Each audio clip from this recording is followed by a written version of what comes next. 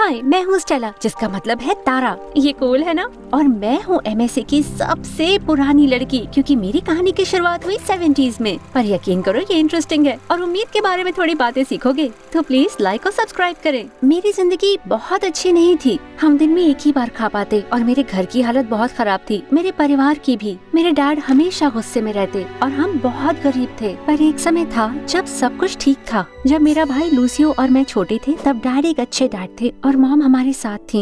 वो दुनिया के सबसे प्यारे पेरेंट्स थे। वो हमारे साथ खेलते, हमें खिलौने लाकर दे दे। हम अमीर नहीं थे पर हम खुश थे। लेकिन एक दिन मुझे नौकरी से निकाल दिया। धोखा हुआ है मेरे साथ। क्या? उन्होंने धोखा दिया मुझे। हमने सब कुछ खो दिया।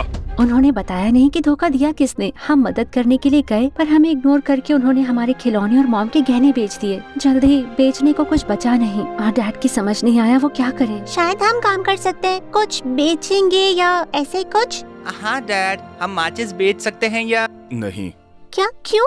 काम के लिए तुम स्कूल नहीं छोड़ सकते। पर मैंने कहा ना, हम तुम्हें पब्लिक स्कूल में डाल देंगे और तुम्हारी माँ और मैं सब कुछ देख लेंगे। अब जाओ, जाकर पढ़ाई करो। हमने डैड से कई बार विनती करी पर वो हमें काम नहीं करने दे रहे थे, तो हम भी मान गए। कम से कम मॉम तो हमारे साथ थी। मॉम, आप क्या कर रही हो? आधी रात को लूसी और मेरी आंख खुली थी और देखा मॉम पागलों की तरह सफाई कर रही थी।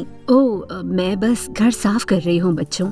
रात के 3 बजे? मॉम, आपको सफाई करना पसंद है पर अचानक वो हमारी तरफ बढ़ी और हमें गले लगाया। वादा करो कि डैड की हेल्प करोगे। वादा करो कि हर तारे से ज्यादा चमकोगे आसमान में। क्या क्या आप ठीक हो मॉम? हाँ, बात क्या है? बस ये वादा करो, ठीक है? हम वादा करते हैं। अगली सुबह मॉम जा चुकी थी। घर बिल्कुल साफ था। अपने कपड़े भी ले गई थी। हमने उन्हें हर जगह ढूंढा, पड़ोसियों से भी पूछा, पर किसी को नहीं पता था। ये हमारी जिंदगी का सबसे बुरा दिन था। हम बहुत रोए और उस दिन के बाद से डैड भी बदल गए। उन्हें गुस्सा आया। वो रोज गुस्से में होते, तो हम उन्हें तंग नहीं करते थे। स्कूल के बाद हम काम करने लगे। डैड ने हमें रोकने की कोशिश की पर फिर वो मान गए। बस इतना कहा कि हम स्कूल जाना ना छोड़ें और हम मॉम की बात नहीं करते। पर हमें उम्मीद थी कि किसी दिन शायद वो वापस आए। डैड जूते साफ करते और लूसियो और मैं माचिस बेचते। स्कूल के बाद हम माचिस बेचने निकलते और शाम को ग्रोसरी स्टोर पर मिलते, देखने के लिए कि खाना खरीद सकते हैं या नहीं। हम ज्यादा नहीं कमाते थे पर इतने पैसे हो जाते थे कि दिन में 1 या कभी कभी 2 बार खा पाए, और वो ही हमारे लिए बहुत था। हमारी जिंदगी इतनी अच्छी नहीं थी पर हम फिर भी खुश रहते। तुम्हें यकीन होगा आज मैंने कितना क्या हुआ? क्या तुम ठीक हो? आज मैंने एक भी माचिस नहीं बेची। मैं उसे गले लगाने गई और ये कहने कि सब कुछ ठीक हो जाएगा, और फिर चुपके से मैंने पीछे $1 का नोट गिरा दिया। कोई बात नहीं लूसियो, मुझे यकीन है कल तुम ढेर सारी माचिस बेचोगे। उम्मीद है। रुको, ये क्या है? देखो स्टेला, $1। आज शायद हमारा लकी दिन होगा क्योंकि मेरे पास $3 है। जानते हो इसका मतलब? Hot dogs. हमने 2 हॉट डॉग्स लिए और बैठ गए वहीं पर उसे खाने के लिए। इसे खाए हुए लगभग 1 साल हो गया था और ये बहुत टेस्टी था, पर हमारी खुशी ज्यादा देर नहीं टिक पाई। बच्चों, एक बाइट मुझे भी दोगे? क्या? नहीं, चले जाओ यहाँ से, ये तुम्हारा नहीं है। तुम्हारे माँ बाप ने सिखाया नहीं कि चीजें बांटनी चाहिए? अपने काम से काम रखो। अचानक उस लड़के ने मेरे हाथ से हॉट डॉग छीन लिया और हंसते हुए वहाँ से भाग गया। मैंने पीछा करने की कोशिश की पर वो बहुत तेज था और फिर बारिश होने लगी। तो फिर मैं लूसियो के पास गई। कम से कम तुम्हारे पास तो है। लूसियो का हॉट डॉग जमीन पर गिर गया था। यही खत्म हुआ अच्छा दिन। तेरी की सॉरी स्टेला, मैं हमेशा सब कुछ बिगाड़ देता हूँ। ये सच नहीं है। हमारा दिन बिगाड़ने वाला वो जंगली है जिसने मेरा हॉट डॉग चुराया और तुम्हारा जमीन पे गिरा दिया। पर नहीं नहीं, तुम चिंता मत करो, एक दिन हम ढेर सारे हॉट डॉग्स खरीदेंगे। ओके, चलो अभी घर चलें। उस रात डैड काम से घर वापस आए और वो बहुत गुस्सा थे। उन्हें बिल्कुल पसंद नहीं आया जब उन्हें पता लगा कि हमने पैसा बर्बाद कर दिया है। तो गुस्से में उन्होंने अपने कमरे में खुद को बंद कर लिया। ऐसा लग रहा था चीजें बद से बदतर हो रही थीं। फिर एक दिन चीजें बदलने लगी। एक अमीर नेबरहुड में मैं अपनी माचिस बेचने के लिए चल रही थी, पर उस दिन बहुत कड़ाके की ठंड पड़ी थी। तो मुझे एक बहुत अच्छा आइडिया आया। एक घर के बड़े से गराज के अंदर मैं गई। वहाँ बहुत सारी कारें थी और वहाँ इतनी गर्मी थी। पर अरे नहीं, लोग आ रहे हैं। हाँ, मेरे पेरेंट्स की सारी कारें लेटेस्ट मॉडल की होती हैं और मेरी फेवरेट है। अरे ये क्या बकवास है? एक लड़की ने मुझे कारों के पीछे छुपते हुए देख लिया और उसका एक्सप्रेशन बहुत डरावना था। क्या हुआ? कार ठीक तो है? हाँ, मुझे लगा मैंने चूहा देखा। अच्छा चलो हम लोग पूल पर चलते हैं। बाल बचे। कुछ देर के बाद जब मुझे यकीन हुआ कि मैं अकेली हूँ, मैं निकलने लगी, पर पहले वाली लड़की गराज में मेरे सामने खड़ी हुई थी। कौन हो तुम? यहाँ क्या कर रही हो? हमारी कार चुराने के लिए आई हो? अरे नहीं नहीं, मैं समझा सकती हूँ। बाहर बहुत ठंड पड़ रही है और तुम्हारा गैराज काफी गर्म लग रहा था तो मैं अंदर आ गई, बस, और कोई बात नहीं है। अचानक उसका चेहरा बदल गया। अब वो इतनी डरावनी नहीं लग रही थी। ओह अच्छा, वेल चाहो तो मेरे घर पर फायरप्लेस के सामने खुद को गर्म कर सकती हो, ये बेहतर होगा। सच में चलो। सच में? Thank you so much. हाँ, पर कुछ चुराना नहीं, ओके? बाय द वे, तुम्हारा नाम क्या है? स्टेला। मिलकर अच्छा लगा स्टेला। मैं सिएलो हूँ। स्पेनिश में उसके नाम का मतलब था आसमान, और ये सुनकर मेरे चेहरे पर मुस्कान आ गई। वो मुझे अपने घर में लेके गई और वो तो एक बंगला था और इतना गर्म था, पर मैं ज्यादा देर नहीं रुक सकती थी। मुझे चलना चाहिए। मैं जानती हो, मॉम हमेशा कहती कि हमें साफ सफाई करने के लिए कोई चाहिए। तुम जानती हो किसी को जो नौकरी करना चाहता हो? क्या तुम सीरियस हो? कोई पता है तुम्हें? हाँ, मैं। सिएलो ने मुस्कुराकर मुझे अपना हाथ दिया। तो नौकरी पक्की। रोज दोपहर 2 बजे के बाद आ जाना, ओके? सिएलो की मॉम मुझे पसंद नहीं करती थी, पर उन्होंने मुझे एक मौका दिया और पैसे बहुत अच्छे थे। पर सबसे अच्छी बात थी कि मुझे एक दोस्त मिली। हर रोज काम खत्म करने के बाद सिएलो और मैं मूवी देखते, मेरे क्लासमेट्स या उसके अजीब पड़ोसियों के बारे में गप्पे मारते। बहुत मजा आ रहा था। लेकिन एक दिन जब मैं उसके घर जा रही थी, मैंने उसे उसकी माँ से लड़ते देखा।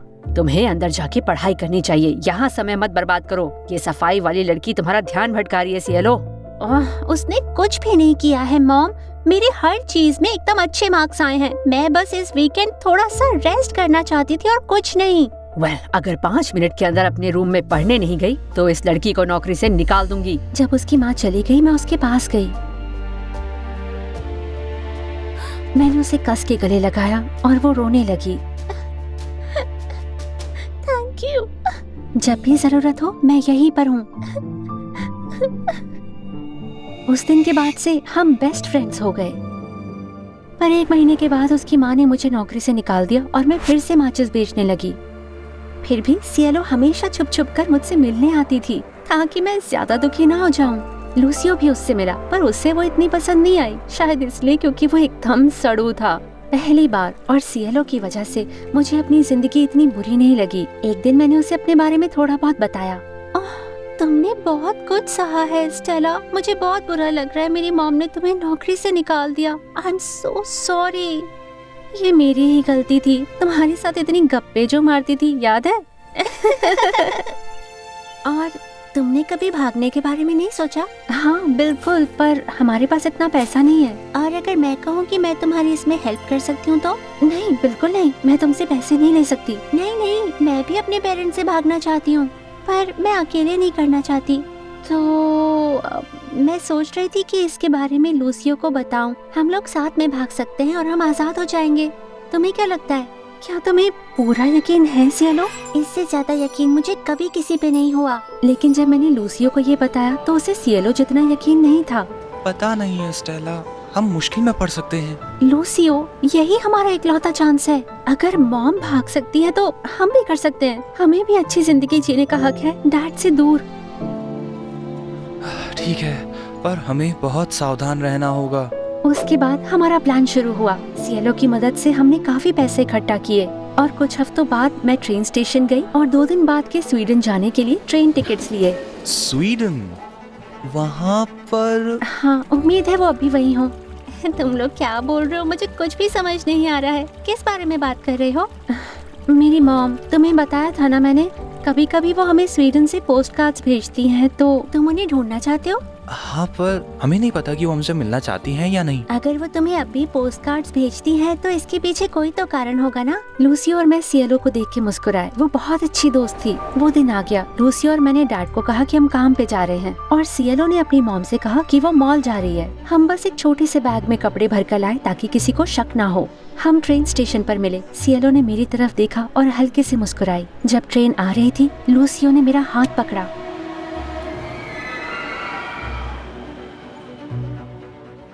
सिएलो, क्या कर रही हो तुम ये? एक औरत हमारे पास आई और उसने सिएलो का हाथ कस के पकड़ा। तुम्हें लगता है तुम घर से ऐसे ही भाग सकती हो? तुम्हारे साथ चल क्या रहा है? आप और डैड हमेशा लड़ते रहते हैं और मुझसे आप सिर्फ एक बात कहती हो कि जाके पढ़ाई करो।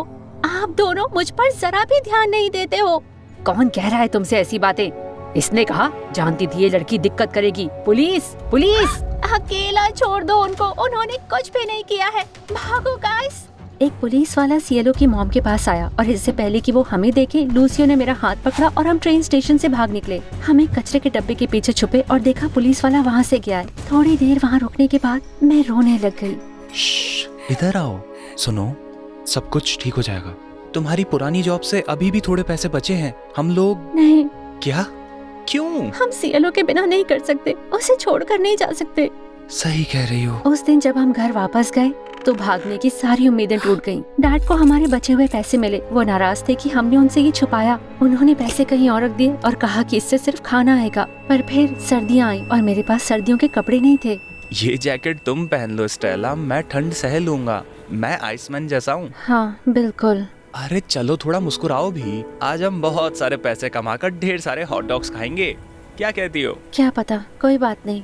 बहुत हो चुका, तुम्हें ये सब कुछ बंद करना होगा। सीएलओ अपने प्यारे से बंगले में आराम से बैठकर अपना मनपसंद खाना खा रही है। उसकी इतनी चिंता करना बंद करो। वो ठीक नहीं है लूसियो, तुम जानते हो। उसकी हालत हमसे बेहतर है। हमने पूरे हफ्ते फिर बात नहीं करी और फिर न्यू ईयर्स ईव पे मैं बीमार हो गई। हमेशा लूसियो मेरा ध्यान रखता था, पर वो मुझसे नाराज था तो मैंने उसे कुछ भी नहीं बताया। मैंने दिन भर कुछ नहीं खाया था। मेरी तबीयत बिगड़ती जा रही थी।